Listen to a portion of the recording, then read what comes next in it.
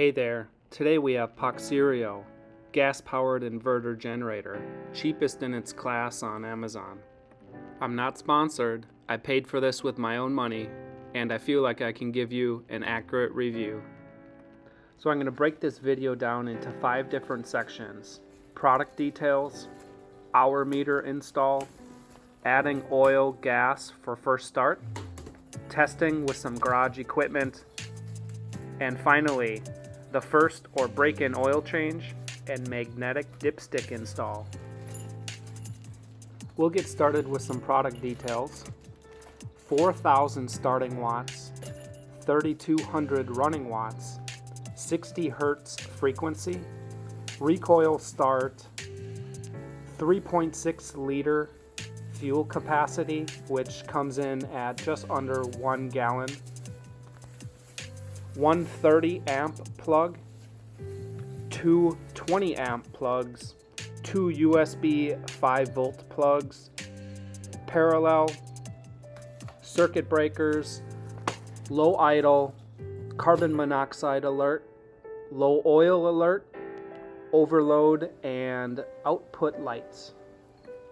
It has a claimed 62 decibel at 7 meters and 25% load. It uses a 145cc overhead valve engine, and the unit is claimed to have a gross weight of 44.1 pounds. So I opened the side cover so you may have a look. Here are some of the technical specs with the engine.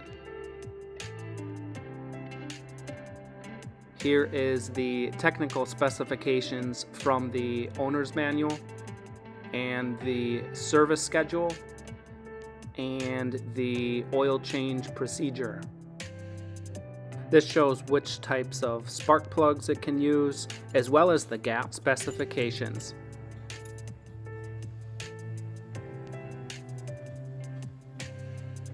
I like to spray a little oil in the cylinder before first start. So one feature that this generator doesn't have is a display. Usually some of the generators, inverter style, will have a digital display that shows you how many hours it's been used, as well as the current output and different things like that. So this generator does not have that. So what I decided to do is buy an hour meter and do the install myself. Hour meters are very cheap. You can get them for around $10, and I'll bring you with to show you how to install that. You'd need the hour meter as well as some type of self fastener. As you can see here, I'm just getting everything lined up to attach this to the unit. So I just chose a location that is somewhat out of the way, where I can open the covers and still have access to everything I need without dismantling or removing the hour meter. Okay, the next part is installing the wire.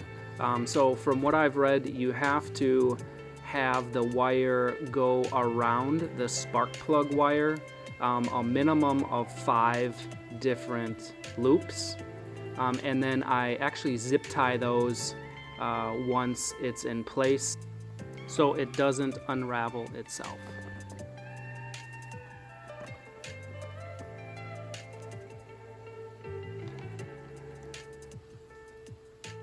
Okay, the next step is to put the other end of the wire into the hour meter and cut off the excess.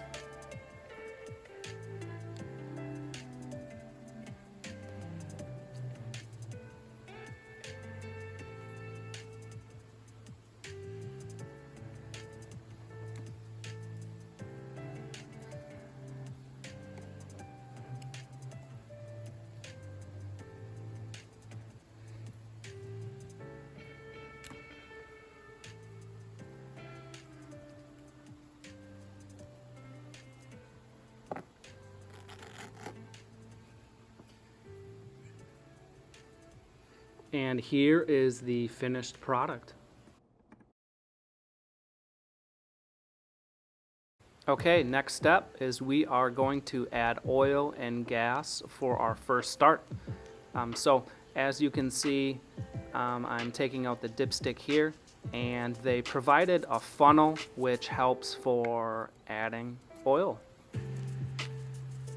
The manual calls for 10W30 motor oil, so I'm just using some quality SAE30, which should do the job. Really depends on your climate. And we're going to fill it full. Once it's full, it actually runs out the side of the engine through the filler neck. So folks, please don't overfill this, or at least handle the overfill problem differently than I did. As you can see, I eventually overfilled the unit, and then instead of leaving the filler neck inside and pouring out the excess, I removed it, which caused all sorts of oil spillage. Fail.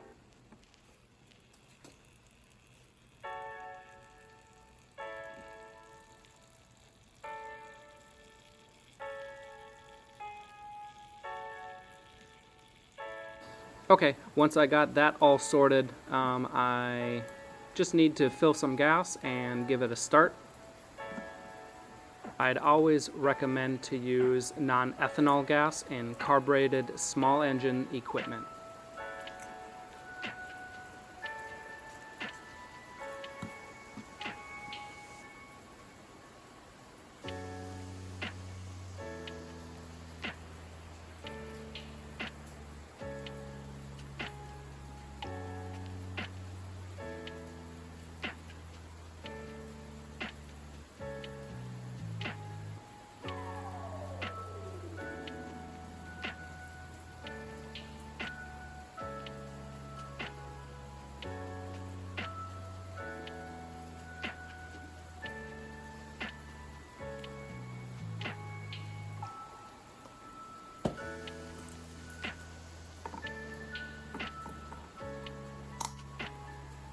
Okay, now we're going to the first start.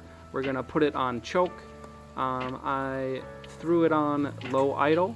I gave it a few pulls. I forgot to attach the spark plug wire to the spark plugs. Once I got that figured out, I think we got everything sorted.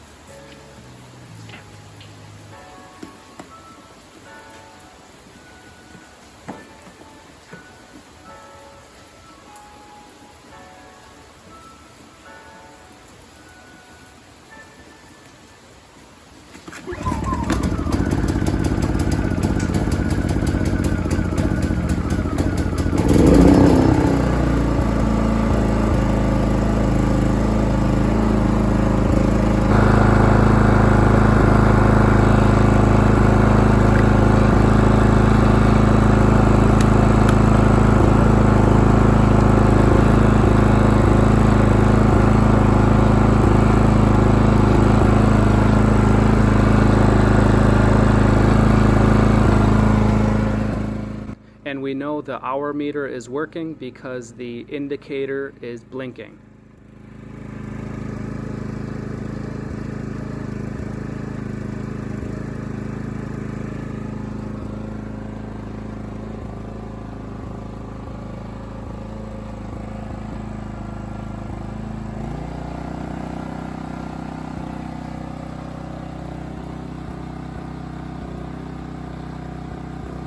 Okay, I'm back another day for a cold start and to test some garage equipment.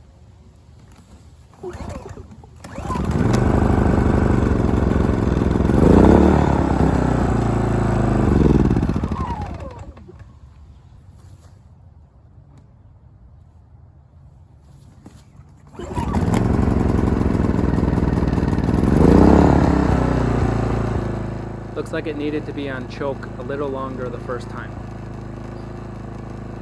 Okay, so first we are going to test the 4.5 horsepower wet vac. Comes in at about 1,000 watts, which seems to be running just fine.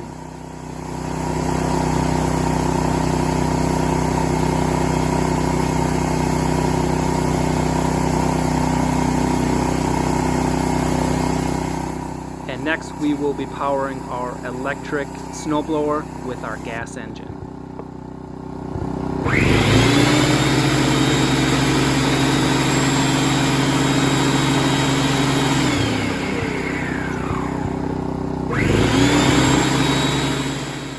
And now we will be running both, which would come in at around 3,000 watts total.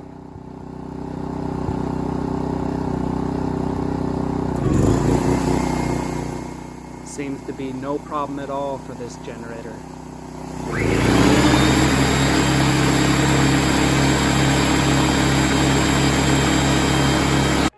Okay, so I have about an hour of runtime on this. I'm gonna go ahead and change the oil, fill it up with some synthetic, and put in a magnetic dipstick. Okay, once we have the side cover off, we can take out the dipstick, put in the funnel, and tip it over, drain out the oil.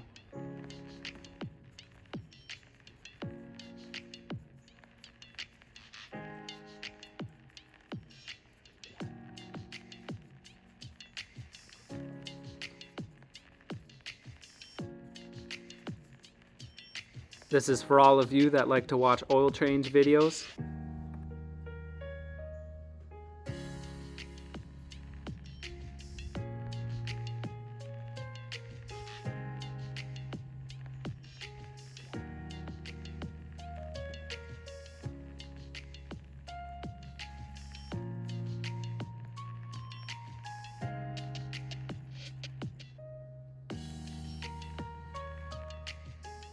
I decided to use a clean funnel for adding the fresh oil.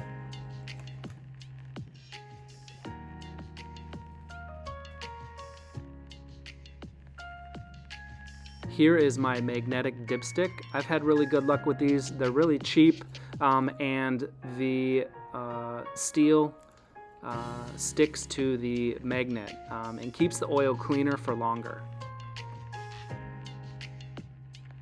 Okay, just to recap, is this the best generator you can buy? Probably not. Is it as quiet as a Honda? No way. But is it a great value? Heck yeah. And there we have it. I just wanted to take you with me, show you my experiences with this machine, and give you a little insight on how it works and what features it has. Let me know if you have any questions, concerns. For those of you that's made it this far, take a look at this oil.